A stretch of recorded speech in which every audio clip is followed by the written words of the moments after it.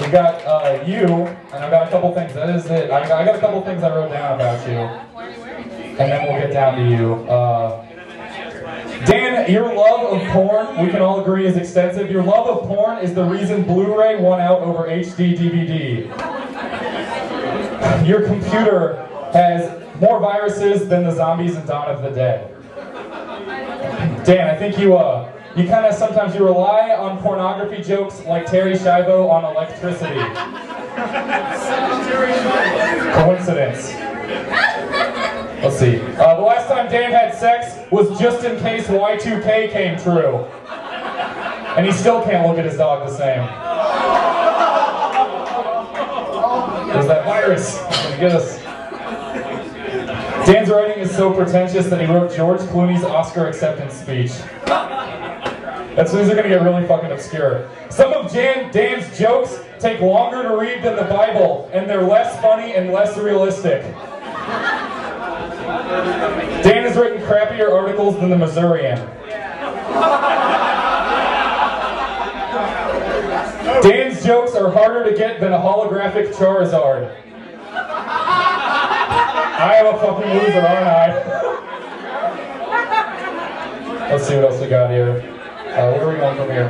The only thing separating Dan from a homeless guy is occasionally homeless people have something funny to say.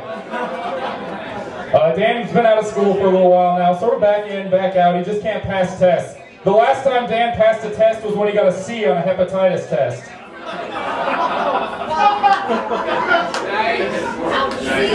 Dan looks like Yukon Cornelius with AIDS.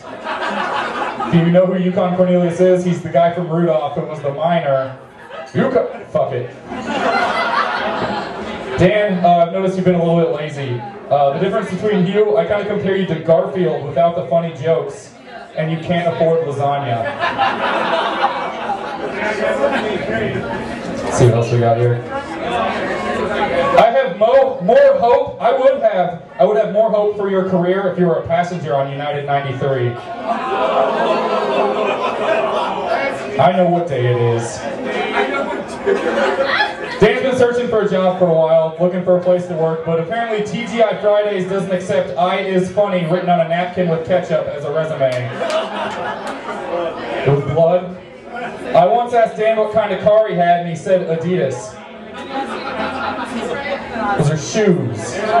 Shoe joke. So that kind of sounded like you.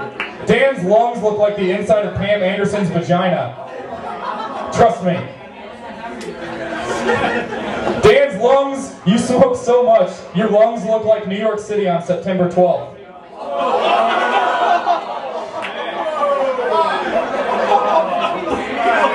They are worse off than the economy. You are lighting a cigarette. That's ironic. I got us cigars that one night. Do you remember this? We were celebrating the reuniting of the show. Dan took a break from smoking the cigar to smoke a cigarette. So he needed to get a fix during the fix. Dan, we're gonna get you up here. You can get your rebuttal. You write social biting commentary. People are always so impressed with it. Your biting social commentary rivals that of the latter seasons of Mind of Mencia, without syndication.